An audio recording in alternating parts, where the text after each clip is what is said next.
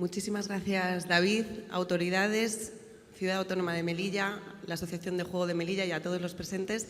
Sin duda está siendo un éxito y esta jornada era muy necesaria y creo que estamos aprendiendo todos muchísimo. Hemos escuchado abiertamente a la dirección del juego, gracias por esa magnífica sesión, a la policía y ahora toca al sector privado. También tenemos algo que decir. Paso a presentar, aquí a mi izquierda está José Díaz de Incode, Karen, también creo que ya conocida, segunda vez que repite en un panel. Gracias por volver a venir. Es vicepresidenta de América Latina, España y Caribe, efectivamente, de GLI. Juan Heredero, Country Manager de Icodere. Tenemos a Jaime López de Asensi. Tenemos a Anchón de Quirolbet y, por supuesto, también que repite, gracias a Jorge Hinojosa, el director de J Digital. Sin más preámbulos, vamos a iniciar la sesión que la he querido estructurar de una manera en la que podamos abordar tres retos. El reto del equilibrio de la identificación de los jugadores con una jugabilidad y que, para que los jugadores no se les moleste demasiado a la hora de identificarse delante de un operador. El reto jurídico de la identificación y terminaremos con los retos tecnológicos. Querría además dar la palabra a Jorge Hinojosa para que ponga un poquito de contexto y en nombre de J Digital nos cuente cómo está ayudando J Digital dentro de toda la problemática de la identificación de los jugadores. Jorge.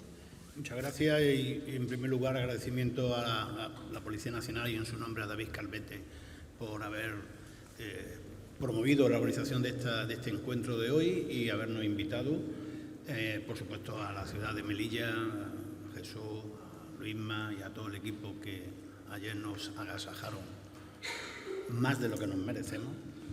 Y yo creo que vuelvo a repetir Melilla y ojalá que lo pueda repetir muchas veces porque creo que se producen aquí esos elementos también en Ceuta donde, aunque parezca una pedantería, el ecosistema institucional, el engranaje entre operadores, el sector, la administración, oye, pues esto no se produce en todos los ámbitos, que esta cordialidad y Mira, cuando hablamos del tema de la identidad, no es un debate que sea del juego, porque lo primero que yo quiero es quitarle la trascendencia que tiene y el enfoque en un problema del juego. El gobierno lleva casi ya más de un año intentando meterle mano al tema del acceso de menores a los contenidos, pensando en contenidos de otra naturaleza, pornografía, etcétera, y no es fácil encontrar una solución. En este camino no vamos a encontrar problemas derivados de la protección de datos. La Agencia de Protección de Datos en algunas de las nuevas tecnologías tampoco está validando, y no me quiero adelantar, pero en el desarrollo tecnológico, cuando algunos hablan de la videollamada, pues esto no, el control biométrico, todo esto la Agencia de Protección de Datos no lo tiene validado de momento y desde luego no se ve satisfactoriamente. Por tanto, lo que tenemos es un problema en general de y digo en general, en una sociedad que desde el punto de vista tecnológico se ha ya mimetizado con la tecnología desde edades muy tempranas y por tanto vivimos el mismo problema que pueden vivir cualquier otro sector. Por tanto, mi primera reflexión sería, hoy hablamos de juego porque a esto nos dedicamos, pero que se podría extrapolar. Con otras consecuencias, y algunas no creo que sean menos graves que las nuestras, porque evidentemente donde hay repercusión económica suele doler en el bolsillo, como antes decía alguien, ¿no? A nadie le gusta recibir una carta de Hacienda, ¿no? Evidentemente. Pero yo creo que esta es una primera cosa que creo que... Y si vivimos de este debate general, yo quiero poner en valor que al día de hoy los sistemas de verificación que se aplican al sector del juego han dado muestras de ser solventes y de ser eficaces. Por lo tanto, lo que no justifica que haya que hacer excepcionalmente más cosas, salvo que haya que, por supuesto, mejorar y avanzar, pero que hasta ahora podemos validar que ha sido un sector que, cumpliendo con lo que se le ha exigido, ha dado resultados positivos. Los datos siempre nos van a llevar a un problema, y es que podemos interpretar los datos y entonces caemos en el sano juicio o en el error de cómo los datos no son muy relevantes, el problema no existe. Entonces yo quiero reconocer que existen esos problemas, pero que los dimensionemos acorde con la realidad, porque ni somos un sector especialmente sospechoso, podríamos hablar de otros desde el punto de vista de identidad, ni tampoco creo que seamos un sector que esté fuera de un cumplimiento normativo que hasta ahora se ha demostrado eficaz. Y un tercer elemento, siempre vamos a necesitar el amparo jurídico regulatorio en todos los procesos. Bueno, pues aquí también, últimamente, vienen de otras administraciones. Me estoy adelantando porque somos 7 y no sé si después sobre esto volveremos a insistir. Pero hay algunos temas, por ejemplo, en relación con SEPLAC y con el reglamento de blanqueo de capitales, pues que también generan, desde el punto de vista de la eficacia, discusiones. Y finalmente algo que es de cajón. Todos los que estamos aquí vamos a estar de acuerdo, y los que están allí también. Vamos a trabajar por medidas que sean, primero que estén justificadas, que sean proporcionales y que no generen un coste innecesario para la actividad del juego, porque entonces estaremos dando un principio a priorístico de que la actividad es el problema y por tanto la identidad del juego, de la identidad de los jugadores, entre comillas, pues va inherente al problema de la actividad. Yo creo que eso es lo que habría que descartar y a partir de ahí, pues bueno, podemos hablar ya de la cifra, de la repercusión, de qué hace el sector y cómo se puede mejorar. En definitiva, lo que sí está claro es que aquí hoy, y el ejemplo lo tenemos, creo que nadie se puede salir del mejor consenso y trabajar con el diálogo con la Administración, cuerpos y fuerzas de seguridad del Estado, operadores, proveedores, en definitiva. Aquí yo creo que no hay nadie que se salga de la misma idea. Otra cosa es cómo se implementan medidas para que sea más eficaz y conseguir el objetivo que se persigue. Sin duda, gracias Jorge. Bueno, vamos directamente con el primer reto. Juan, el reto del equilibrio entre la prevención y la experiencia de usuario. ¿Cómo lo estáis solventando desde Codere?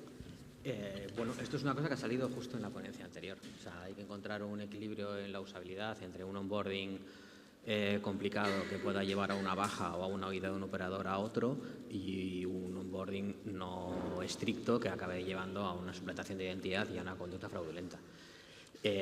Nosotros esta usabilidad, o este equilibrio, lo que tratamos de hacerlo es con lo que yo llamo cortafuegos. O sea, tenemos como varios niveles de verificación de identidad. De hecho, un jugador lo que le pasa es que no se verifica una vez, se verifica muchas veces a lo largo de su vida. ¿Vale? Nosotros tenemos un primer nivel de verificación que se hace durante el registro o como muy tarde cuando el usuario deposita los 150 euros, que lo hacemos con sistemas automáticos, como pueden ser Swifty o Incode o Veridas, que están todos basados en temas biométricos. Es el selfie con el DNI, se comparan las dos cosas, tienes prueba de vida para tratar de evitar el swap face y las cosas de inteligencia artificial. Si el jugador tiene un scoring positivo y supera el proceso, queda verificado. Si no, pasa a un control manual en el que ya se hace una revisión más exhaustiva hecha por humanos. Es cierto que en el proceso de registro apenas tienes datos, con lo cual esa verificación no es, aunque es exhaustiva, no tienes datos para validar o negativizar. Ahora bien, lo que pasa es que esa verificación se pasa cada vez que el jugador hace cosas raras. O sea, ¿qué son cosas raras? Pues cosas que han salido en la ponencia de la policía. Late betting, que es cuando apuestas justo antes de que un evento empiece, lo que han salido de las tarjetas amarillas. Sure betting, que te cubres con otra apuesta. Participación en partidos que hemos visto que son amañados, etcétera, etcétera. Entonces ahí salta otro proceso de verificación. Ahí sí que tienes más información porque ya sabes cuál es la conducta del jugador y si ha cometido una serie de elementos que se determinan como fraudulentos, se suspende la cuenta, se revisa otra vez la verificación y ahí pues muchos jugadores no la pasan. Y de hecho, por ejemplo, ha salido también, o sea, 7 días de duración de cuenta media, las cuentas que han sido detectadas como suplantadas. ¿Por qué es eso? A ver, una persona que suplanta una cuenta no quiere jugar solo 7 días y al 8º día dejar de jugar. Eso es porque en la mayor parte de las veces es el operador el que hace algo. Tardamos tiempo, sí, pues también ha salido en la ponencia de la policía. El jugador empieza con técnicas suaves, deposita poco, juega poco, luego vas teniendo más información, el jugador igual es más agresivo y te da más pistas y salta más flags que te permiten bloquear la cuenta. En resumen, Para mí son eso, esa serie de puntos y de cortafuegos que yo llamo, que son lo que nos permiten protegernos a lo largo del periodo de vida del jugador. ¿Tenéis esta misma reflexión y podrías hacer el mismo resumen o hay algo más en lo que estéis trabajando? Sí, hemos hablado antes también y los procesos que seguimos son similares. Sí que me gustaría poner en valor el esfuerzo y los recursos que gastamos los operadores para implantar tecnología que nos ayude a que no ocurran suplantaciones de identidad o que se dificulte. Y en ese sentido, desde el grupo Quirol, pues, por ejemplo, fuimos unos de los primeros en el año 2021 en implantar un proceso de verificación de identidad digital completo que coteja datos biométricos en toda la sesión con el documento. A partir de ahí también hay un ciclo de vida del usuario en el que se realizan diferentes controles y si se ve algo se puede repetir el proceso o lo que sea, y eso lo compartimos y creo que ya está siendo algo generalizado en el sector, en adaptar esas tecnologías, en poner recursos a los retos que tenemos para identificar a los usuarios. Luego también me gustaría comentar las víctimas como tales de la suplantación de identidad son los ciudadanos y las personas, pero también los operadores, en este caso somos perjudicados. Ya otros compañeros que han hablado han sacado datos, nosotros internamente hemos hecho un análisis similar y, por ejemplo, los ciudadanos que han denunciado su suplantación de identidad bajo el protocolo de PACS, analizando el perfil del usuario o cuál era su finalidad, vemos que prácticamente la mitad vinieron a abusar de bonos. Otra parte, más o menos la cuarta parte o así, de lo que ha comentado Óscar, de la parte para apostar con amaños o cualquier vulnerabilidad que encuentren de que el valor de la cuota va a entrar automáticamente antes de que cambiemos el valor de la cuota.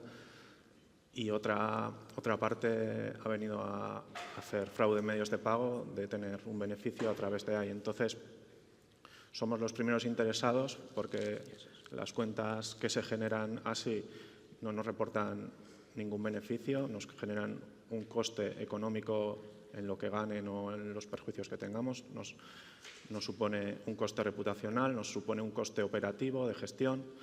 Entonces, creo que estamos todos alineados en progresar y que nuestra voluntad es ser un colaborador más de las fuerzas y cuerpos de seguridad del Estado o del regulador y de todos los que intervienen en estos procesos.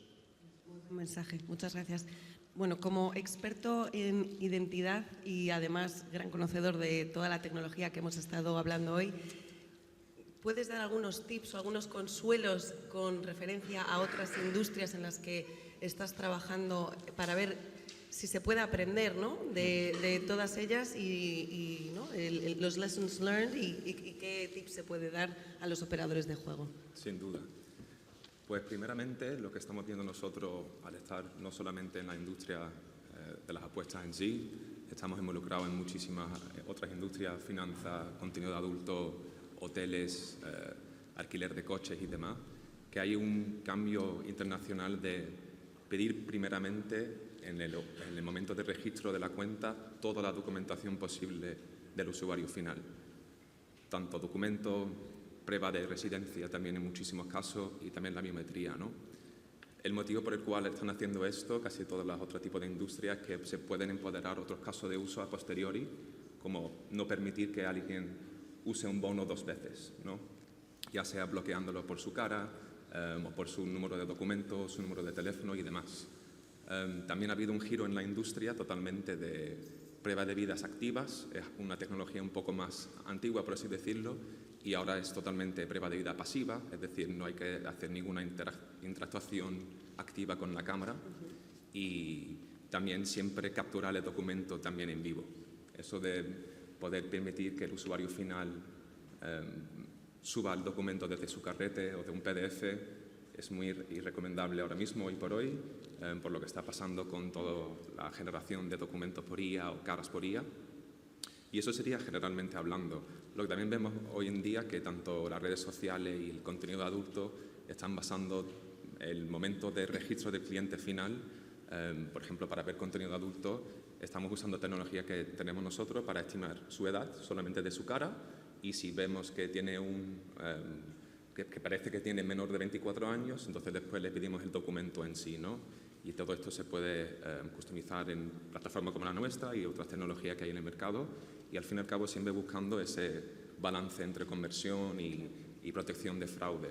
Y también algo que estoy viendo no solamente en la industria en España, también en la industria de las apuestas en el resto de Europa, es los checks de watchlists, o sea, gente políticamente expuesta, terrorista, Interpol y demás. Y eso se hace en el momento del registro de la cuenta también, porque podemos centralizar toda la información del individuo en el momento que va a abrir la cuenta. Ten en cuenta que los procesos ya automatizados en base a IA, abrir una cuenta te va a tardar menos de 1 minuto.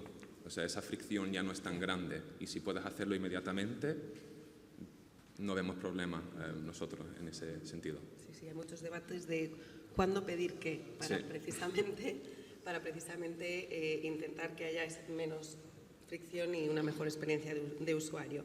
Karen, siempre vienes con un buenísimo input internacional de toda tu experiencia en Brasil y en otras jurisdicciones. Desde tu punto de vista internacional, ¿qué quieres añadir? ¿Qué es lo que estás viendo? ¿Cómo se está funcionando en otros países?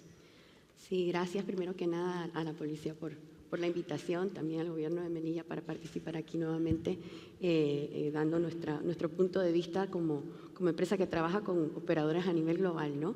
Y siempre digo, a España los dejo a ustedes, yo voy a dar el input desde afuera. Y bueno, ¿no? A nivel de regulación, la verdad, la mayoría de las jurisdicciones establecen requerimientos, obviamente, para el onboarding, que son requerimientos mínimos, ¿no? Y bastante estandarizados con lo que se pide a nivel internacional. Pero la realidad es que al final, y se ha mencionado aquí, pues es una tarea pues de la industria, ¿no? Del operador, pues buscar esos recursos adicionales para proteger su negocio y también para proteger a sus jugadores al final, ¿no? A sus clientes. A nosotros nos pasa, bueno, voy a dar un ejemplo, ¿no? En Panamá, por ejemplo, se permite que personas que están fuera del país jueguen, ¿no? En las páginas online. Entonces ya ahí hay un reto adicional, porque ya no estamos hablando de poder hacer una verificación de identidad, ¿no? Con un registro civil nacional, sino que estás hablando de identificaciones de otros países, ¿no? Y muchas veces, el operador tiene sus propios procesos internos para hacer estas verificaciones, no utilizan KYC, empresas de KYC, ¿verdad? Y finalmente, donde se ve el filtro es cuando otras entidades que no son las reguladoras del juego, sino más bien la superintendencia, por ejemplo, de sujetos no financieros, identifican, ¿no? Situaciones donde dice hay una posibilidad, necesito tener más evidencia de que esta persona realmente existe, ¿no? Entonces ya termina siendo una tercera entidad que no es la del juego la que puede identificar estas falencias, ¿no? Y por yendo al tema de la fricción, ¿no? Con el jugador, yo pienso que también tiene que ver mucho la educación, ¿verdad? Que el cliente entienda por qué le estás pidiendo lo que le estás pidiendo. Y lo que se dice mucho es que una vez que hay esa educación con el cliente, pues el cliente realmente aprecia esto y toma más confianza todavía en el operador, porque al final también lo estás cuidando a él, ¿no? Y esa labor no sé qué tanto se hace, ¿no? En el onboarding sobre todo, porque lo que se dice sí, que el 80% del fraude de jugador o de la suplantación ocurre en el onboarding, ¿no? En la cuenta, cuando se abre la cuenta del jugador. El tema de los falsos positivos, y ya con eso cierro, porque siempre hay falsos positivos también, ¿no? Pero es como lo maneja también, ¿no? El operador. Desde el punto de vista de que hay diferentes departamentos, ¿verdad? Prevención de lavado, el oficial de cumplimiento de prevención de lavado, el que se encarga de juego responsable, ¿no? Y finalmente, sí, por cada tipo de alarma que sucede durante, ¿no? la vida de la cuenta del jugador, van a haber diferentes departamentos acercándose al jugador por diferentes motivos, pues obviamente va a haber una fricción adicional. Y bueno, lo que se recomienda obviamente es que se centralicen, ¿no? Y que todos los departamentos trabajen al mismo tiempo cuando existe una alarma o cuando existe una sospecha, ¿no? Efectivamente, creo que eso lo vemos bastante, una descoordinación entre atención al cliente, compliance, y bueno, creo que eso es una buena cosa que hay que puntualizar porque sigue habiendo una problemática en esa coordinación interna. Pasamos a uno de los retos que, bueno, por motivos evidentes me gustan mucho, que es el reto jurídico. Jaime, vosotros hacéis varias cosas en el despacho, tú eres procesalista, pero de todas formas también querías hablar un poco del protocolo PACS y cómo se había pergeñado también desde sus inicios de vuestra mano, ¿no? Entiendo. Efectivamente. Muchas gracias, Patricia. En primer lugar, simplemente permitidme felicitaros por el evento, por la organización del mismo y por contar con Asensi Abogados en el día de hoy. También decir que mi compañera Sofía también debería estar aquí, no ha podido venir por motivos personales, y nuestra idea es explicar los dos grandes retos a los que nos hemos enfrentado y a los que hemos asistido durante este tiempo en que se ha implantado y desarrollado e implementado el protocolo PACS. El primero de ellos creemos que es un reto que ya prácticamente está superado, pero que nos ha dado bastante dolor de cabeza a nivel jurídico en el despacho, sobre todo en el Departamento de Regulatorio y Compliance, que es la colisión o la posible colisión del protocolo PACS con la normativa en materia de protección de datos, ¿vale? Que es un tema que preocupaba mucho a los operadores de juego a la hora de hasta qué punto podían suministrar cierta información y hasta qué punto suministrar esa información y documentación a un tercero, en este caso el suplantado, podía exponerles a la imposición, pues, a fuertes sanciones, que al final la normativa en materia de protección de datos es dura. Vuelvo a decir, en una primera fase, y como todos sabéis, únicamente se pedía un número de teléfono, un número de contacto. Esto ya está más que superado, pero esto provocó muchas dudas en los operadores de juego que dirigieron diferentes consultas a la DGOJ, también a la Agencia Española de Protección de Datos. Vuelvo a decir porque su preocupación principal era si este derecho de acceso ejercitado por los ciudadanos en relación a un tercero, el suplantador, estaba o no amparado por la normativa específica. A raíz de la evolución del protocolo PACS, que ya requiere, como paso previo para dirigirse al operador de juego, obtener un número PACS, que a su vez requiere el certificado de transacciones, ya el propio ciudadano, el contribuyente suplantado, ya se identifica directamente ante la Agencia Española de Protección de Datos, ante el operador ante la Dirección General de Ordenación del Juego, y traslada esta identificación o lo que ello implica, a la propia DGOJ en lugar de al operador. Esta cuestión me detendré un poco más adelante, pero ya en este punto sí quería incidir en la inseguridad que en los últimos tiempos han vivido los operadores a la hora de facilitar al ciudadano suplantado determinada información o documentación.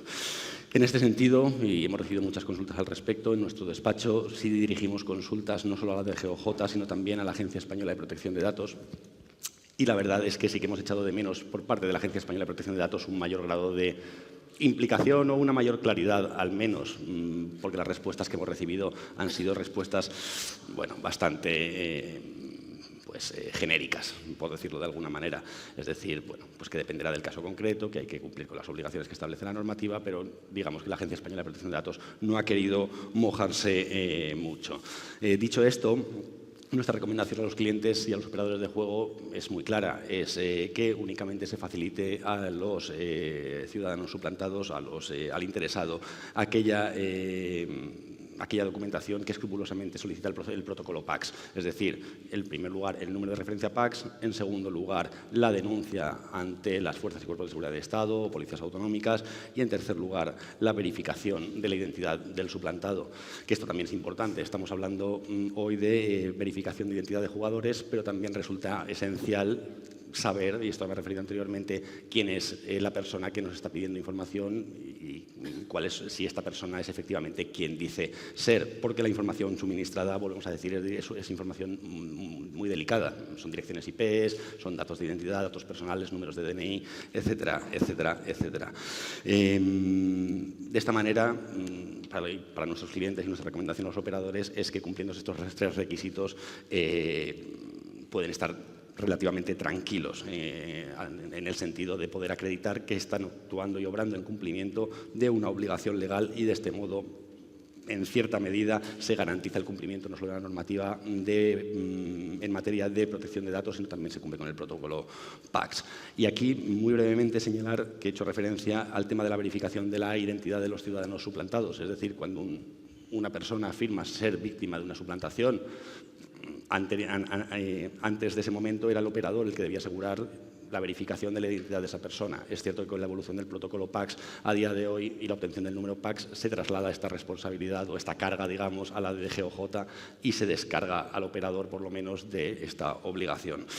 Dicho esto, el segundo gran reto al que nos hemos enfrentado es el tema que ya han comentado hoy los representantes de la Dirección General de Ordenación del Juego, al final los temas de verificación de identidad y verificación de medios de pago. Coincido, entiendo la postura expuesta por la DGOJ, pero el sentir de los operadores es que les gustaría contar con mayor seguridad jurídica, mayor claridad sobre lo que tienen y no tienen que hacer. Es cierto que también hablaba con la Dirección General de Ordenación del Juego que ello es un arma de doble filo, porque cuando una regulación es muy exhaustiva y se viene el tema de la publicidad del juego, luego a lo mejor las consecuencias no son las deseadas. Pero, en cualquier caso, insistimos en la importancia, vuelvo a decir, de establecer unas pautas claras, o por lo menos en el interés de los operadores de contar con unas pautas claras. Es cierto que la policía, la DGOJ, el SEPBLAC han incidido en la necesidad de mejorar procesos de verificación para combatir el fraude y prevenir el blanqueo de capitales, pero no lo es menos. A pesar de que existe la nota sobre fraude del año 2018 y otras recomendaciones, no es menos cierto que a día de hoy, y lo que en materia de normativa sectorial de juego, no existe una regulación pormenorizada, específica, y menos aún existe una obligación no existe una prohibición explícita, y en lo que se refiere fundamentalmente a la utilización de medios de pago pertenecientes a terceras personas distintas de los titulares de las cuentas, no existe una prohibición explícita de que el titular del medio de pago coincida necesariamente con el titular o con el usuario registrado en la cuenta de juego. Es cierto que el Real Decreto 1614/2011 que desarrolla la ley de juego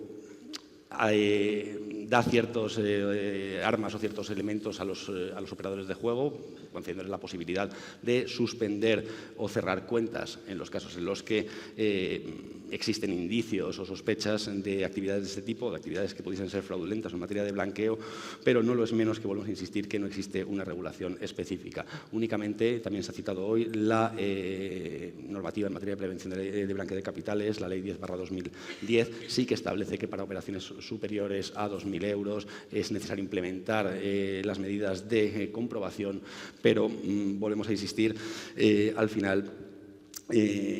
Y lo que se impone, la obligación de verificar el origen de los fondos, pero tampoco se trata de una obligación establecida con carácter claro, ni tampoco se establecen qué elementos o qué pasos necesariamente deben llevarse a cabo para verificar estos medios de pago. A partir de aquí, lo que consideramos es que, al final, es claro que los fondos deberían pertenecer al jugador y, por tanto, no admitirse medios de pago procedentes de terceros, pero lo cierto es que la normativa no obliga a los operadores. Al final, esto lo que genera es una desventaja competitiva de aquellos operadores de juego que son más exhaustivos en el cumplimiento de sus obligaciones frente a aquellos otros que lo que hacen es limitarse a cumplir con los mínimos y con los estándares, con los mínimos legales para un poco cubrir el expediente, como se dice coloquialmente.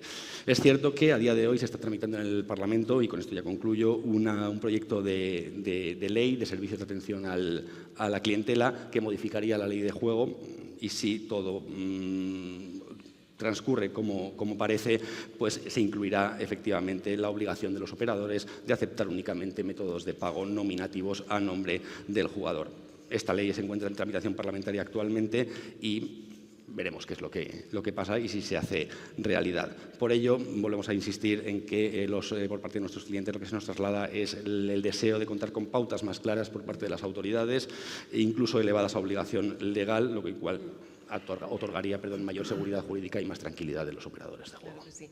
Bueno, al final la fricción existe entre el Departamento de Negocio y el Departamento de Compliance, ¿no? Las eternas peleas que hay para llegar al punto medio de no pasarse, pero sí cumplir, ¿no? Entiendo que esto debe de pasar en la casa de todos los operadores. Patricia, un poco dos temas de carácter jurídico y así ya dejamos ese capítulo. Bueno, uno, simplemente porque la noticia se conoce hoy, el jueves que viene se ha convocado la ponencia de la Ley de Atención a la Clientela, con lo cual cabe pensar que por los posicionamientos previos de los grupos parlamentarios se aprobará y cabe pensar que se aprobará la enmienda 176, con lo cual no solamente la parte de las comunicaciones comerciales, sino también los dos temas que se incorporan nuevos, registro de proveedores y el tema de los sistemas nominativos de pago. Bueno, aquí simplemente una reflexión. Hasta incluso en estos temas que parece que podríamos estar más de acuerdo, tampoco se produce un diálogo del regulador con el sector, pero bueno, en cualquier caso hay algunos efectos colaterales de esas enmiendas que habrá que tener en cuenta, porque a los 6 meses hay que cancelar cuentas, en fin, hay una serie de consecuencias que van bastante más allá de la mera cuestión que se plantea. Y la segunda es un tema de interpretación también, porque genera discusión entre algunos operadores, que es el famoso artículo 21.1 y 21.2 del Reglamento de Blanqueo de Capitales y lucha contra el terrorismo, porque hay una remisión expresa a la ley del juego y, por tanto, en la concesión de licencia, las obligaciones y, por tanto, la seguridad jurídica que tienen los operadores es la que se deriva de la concesión de la licencia. Sin embargo, el SEPLAC intenta introducir que hay nuevas medidas que se deberían de incorporar, pero el carácter normativo y obligatorio, digo yo que al día de hoy, salvo que yo esté en un error, sigue correspondiendo a la concesión, en ese momento, el establecimiento de los mecanismos de verificación de identidad. Por tanto, pues, lo que tenga que venir en el futuro a nivel tecnológico llegará, pero la seguridad jurídica que no llegue excesivamente tarde o excesivamente complicada para que se convierta esto en una cuestión también de inseguridad jurídica para los operadores. Lo digo lo del SEPLAC porque ha sido objeto, primero, porque hubo una sesión de trabajo y, segundo, porque lo que ellos recomiendan en la auditoría tendrá que incorporarlo entonces a nivel regulatorio, la concesión de la licencia, siguiendo el dictado del 21.2, me parece, del reglamento, del Real Decreto de Blanqueo de Capitales, del Real Decreto 304 del año 2014. Simplemente estas dos consideraciones que son jurídicas relativamente, porque la primera es más política que jurídica, pero bueno. No, y además habrá que tener en cuenta el reglamento nuevo de la utilización de sistemas financieros, que se planteó una consulta para ver el sector, cuál era el parecer, al también transponer la directiva de prevención de blanqueo en los sistemas financieros.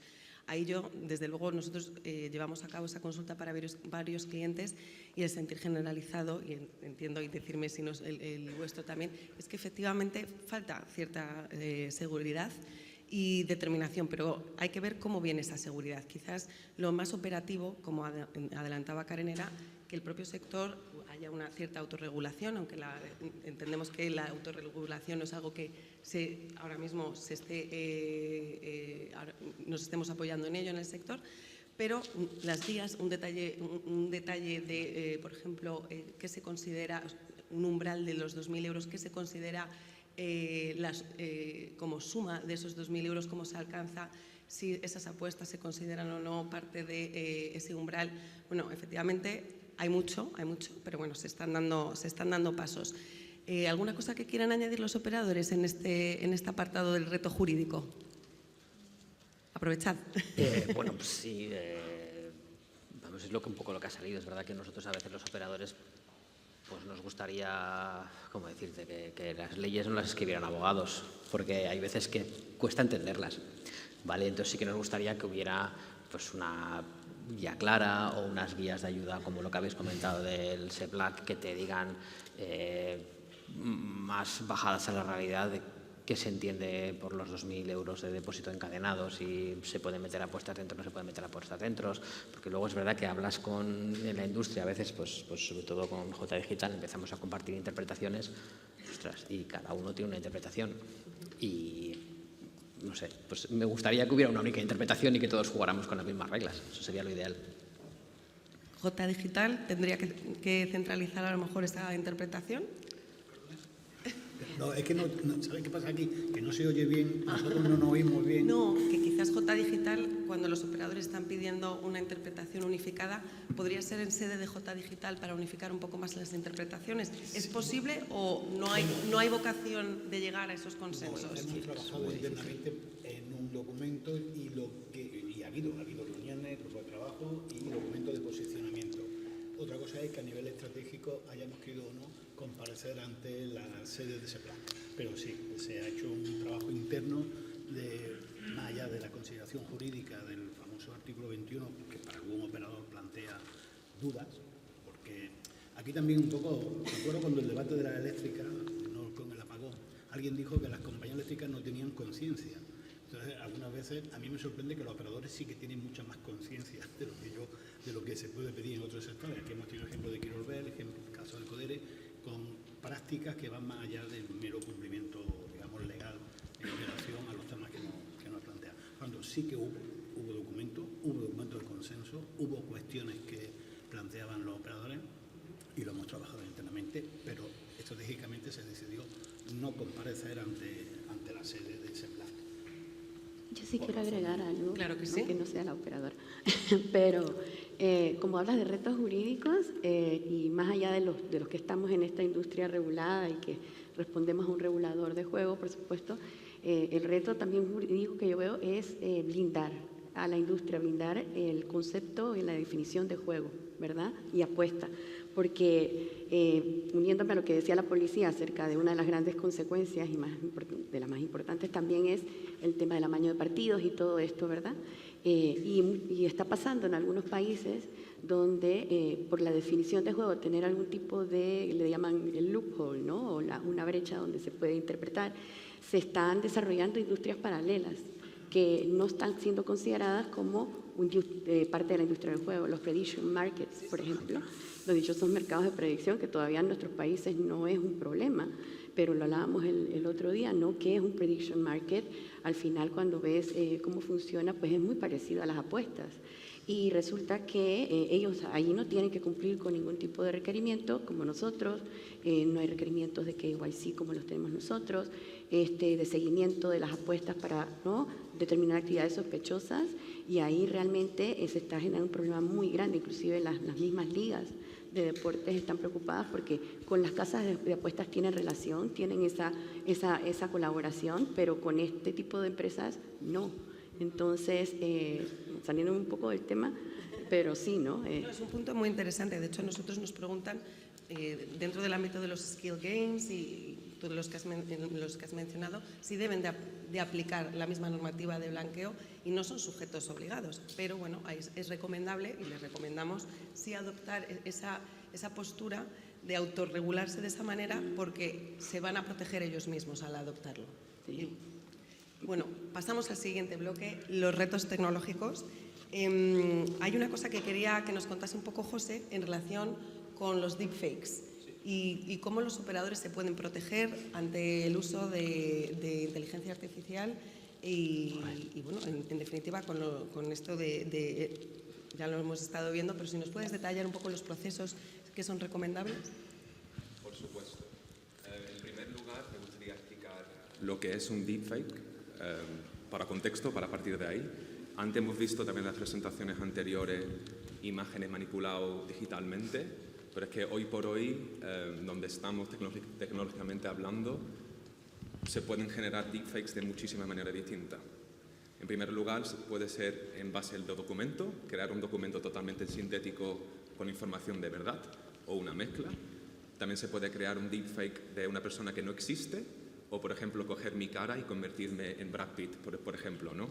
O sea, se puede hacer muchísimas cosas distintas.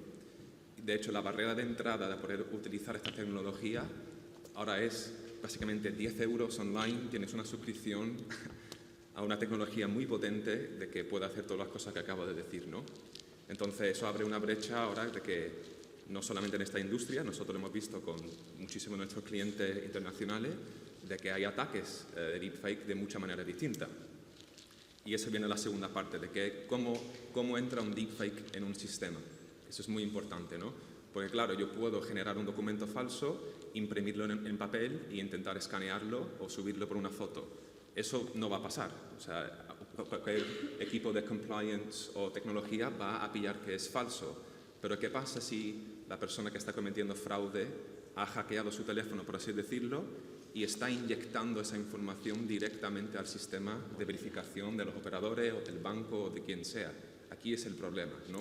Porque hoy por hoy, también de manera muy sencilla, yo puedo, de hecho, os invito a quien quiera verlo después, tengo conmigo un dispositivo que está hackeado de esa manera y puedo inyectar nuestra tecnología y enseñaros cómo funciona esto, ¿no? Entonces, 50 euros a lo sumo en eBay se puede comprar un dispositivo de esta manera y se puede meter la tecnología que es capaz de hacer que la cámara del dispositivo, ya sea desktop, ya sea mobile, da igual, piense que está recibiendo un feed real de un escaneo de una cara, de un documento.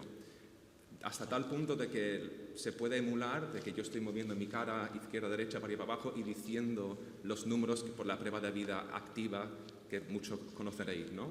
Entonces, ¿cómo podéis prevenir contra eso? Muchas maneras distintas. Nosotros como empresa en sí, como Incode, tenemos prevención a nivel tecnológico fundamental de que nadie puede inyectar ningún tipo de deepfake al sistema. Es decir, nada más que nuestra tecnología nota de que este dispositivo está jailbroken o lo que sea, te bloquea la sesión.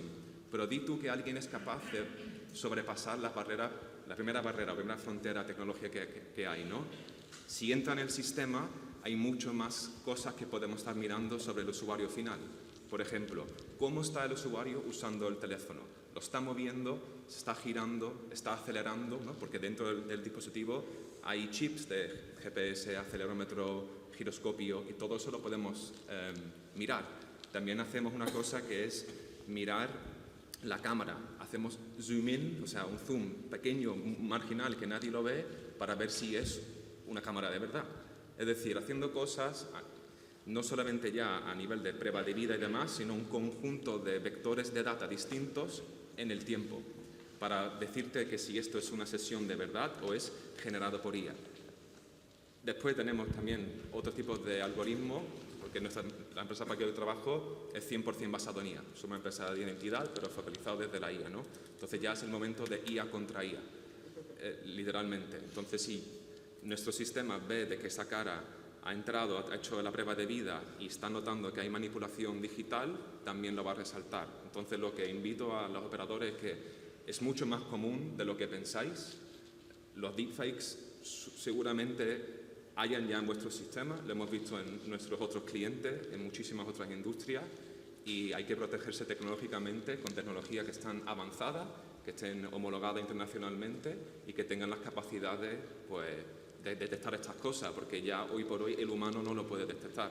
De hecho, hoy tengo una cosa que puedo enseñar, de que es elegir entre 20 fotos cuál es generado por IA, y hasta ahora, que llevo unas cuantas semanas enseñándolo, nadie ha sido capaz de encontrar las 10 fotos. Es decir, hemos pasado la frontera de humano mirando documentos, no es factible. Tiene que ser tecnología contra tecnología, puramente. Bueno, ya lo han dicho antes, además viene los ordenadores cuánticos que van a incluso añadir más complejidad. Ahí, ¿estaréis preparados? Bueno, yo creo que nadie está preparado, sinceramente, porque yo también tendría que tener, como empresa, un ordenador cuántico para poder descifrar esa tecnología. Si entramos a los ordenadores cuánticos, serían capaces de descifrar hasta la blockchain. O sea, yo creo que nadie está preparado para eso, honestamente hablando, de una manera u otra. Muchas gracias. En Brasil se están haciendo cosas interesantes, ¿no?, en relación con la tecnología de identificación. Sí. Me lo comentabas, si quieres añadir ese dato. Sí, perdón, que cuando inicié diciendo que en Latinoamérica las regulaciones solían ser mínimas en este sentido, pero bueno, en el caso de Perú y Brasil, pues que son las más nuevas, obviamente han aprendido, como quien dice, de la experiencia de los demás y realmente se están creando modelos regulatorios muy interesantes. Y en el caso de Brasil, pues sí, por lo menos lo que es la región de Latinoamérica y Caribe, han sido pioneros porque ellos sí están exigiendo la biometría, no es una opción. La biometría tiene que estar implementada por el operador. Y es uno de los dos factores de verificación que se necesita hacer primero para crear la cuenta del jugador. Pero luego hay una serie de situaciones que también la regulación exige que sea utilizado, y los puse aquí para que no se me olvidaran, cuando retiras fondos, cuando olvidas la contraseña, cuando se te determina una actividad sospechosa, cuando tienes 30 minutos de inactividad y cuando el sistema no reconoce al usuario por cualquier motivo. Entonces, sí, se exige y fue realmente un reto desde el punto de vista de tecnología para los operadores, porque inclusive los internacionales, porque muchos no tenían implementada biometría como parte de su proceso de onboarding, ni de seguridad, ni de KYC. Entonces, se dio una situación porque en Brasil hay 60 y tantos operadores autorizados, no estamos hablando de 10 ni de 15. Primero, que hubieran proveedores disponibles de KYC para integrarse con los operadores. Cuando estás hablando de 60 empresas que al mismo tiempo están requiriendo ese servicio, aunque no lo crean, pues hubo problemas, porque inclusive los proveedores de KYC no se daban abasto para dar la integración en el plazo, ¿no? Y fuera de eso, pues la adaptación también, ¿no?, de la plataforma. Al final muchos operadores dependen de un tercero que te provee la plataforma, y también ese reto, ¿no?, de tener las posibilidades de integrarte. El tema en Brasil también, y sí lo quiero aclarar, porque cuando el regulador hablaba de implementar la biometría como obligación, también muchos de nosotros decían, bueno, pero los jugadores y la fricción y todo esto, pero hay que entender, y siempre lo aclaro, que en Brasil la biometría es el pan de cada día. Para entrar a un edificio público, biometría. Para abrir una cuenta de banco, biometría. La biometría, el brasileño está acostumbrado a eso, no le tiene desconfianza ni le tiene temor, ¿no? Pero obviamente sí hay un proceso en el que los operadores tenían que pasar sus jugadores de una plataforma donde no estaba regulado a una donde tienes que hacer ese proceso de biometría más todo lo demás que tienes que hacer, y sí hubo un periodo pues, en el que sí, no decir que se perdieron clientes, sino que pues, fue un periodo de transición. En el primer mes decían ellos que nada más lograron un 50% de transición de jugadores, pero ya a la fecha, por lo menos los más grandes, ya han retenido han recibido nuevamente esos jugadores y los han retenido y están creciendo, ¿no? Quería mencionar algo que también es muy importante para entender, porque ahora sí puede hacer todo lo que puede hacer, ¿no? Y ahí también hay un tema de gobierno. En Brasil existe lo que se llama SERPRO, que también da servicios de KYC, por cierto. Ajá, sí. Entonces, pero SERPRO es una entidad del gobierno, es una entidad del gobierno que le da servicios de tecnología al mismo gobierno. Y en el caso de Brasil, SERPRO es el que se encarga de mantener la base de datos de todo lo que reportan los operadores, y al mismo tiempo pues apoya al regulador en muchos de estos procesos de auditoría y de seguimiento de lo que está sucediendo. Entonces tiene un brazo el mismo gobierno por un lado, pero por otro lado pues también los operadores se están beneficiando, ¿no?, de esto, ¿no? Y por último el PIX.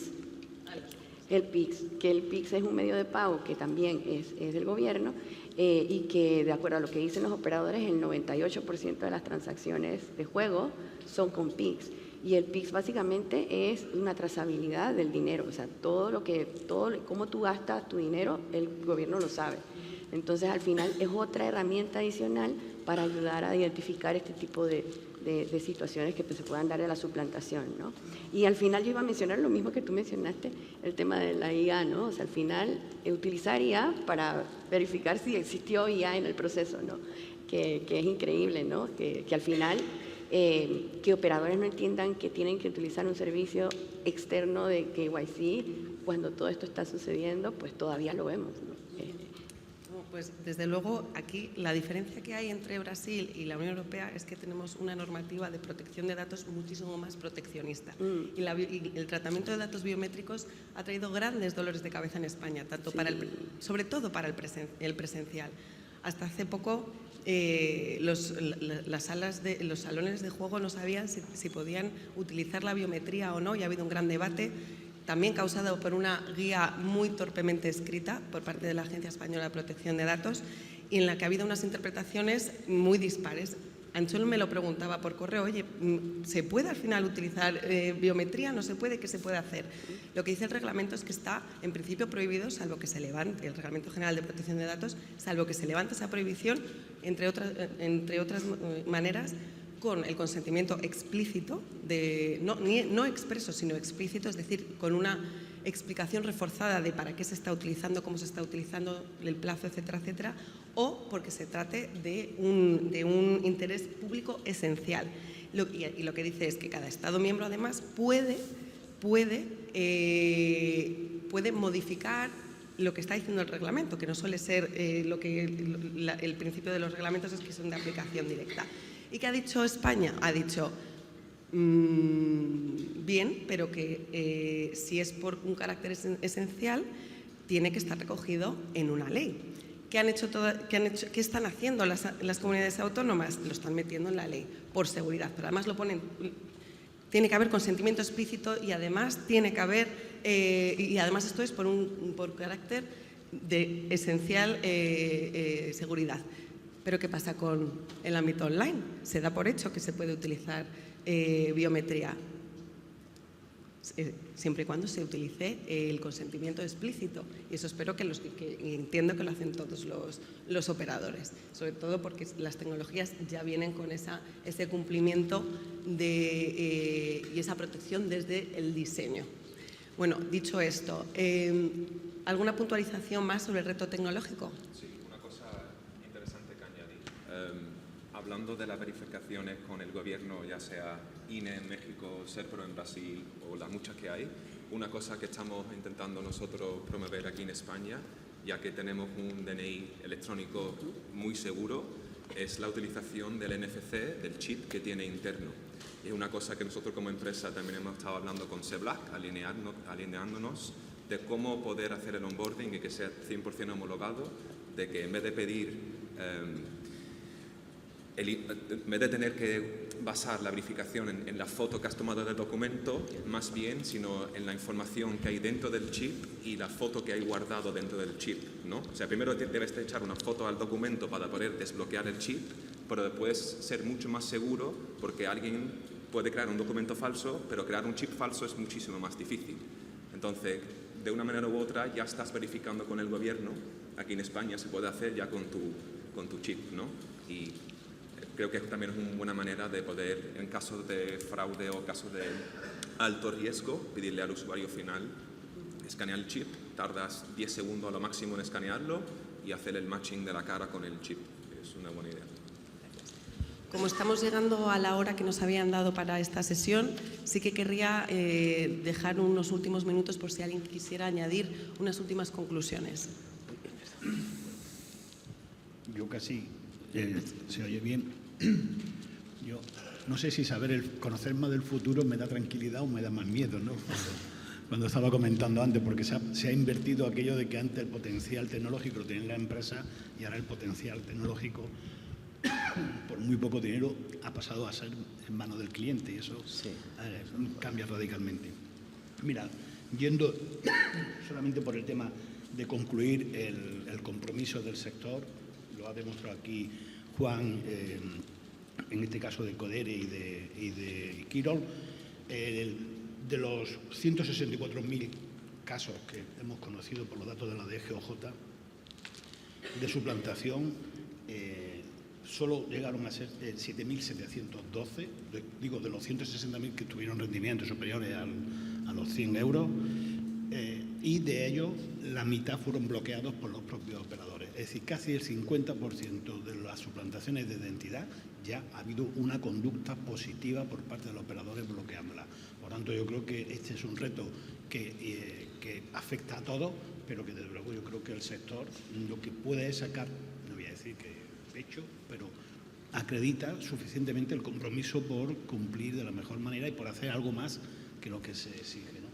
Yo creo que eso es positivo, porque si más de la mitad ya se han bloqueado, etcétera. Y por último, algo que es consustancial con este tema.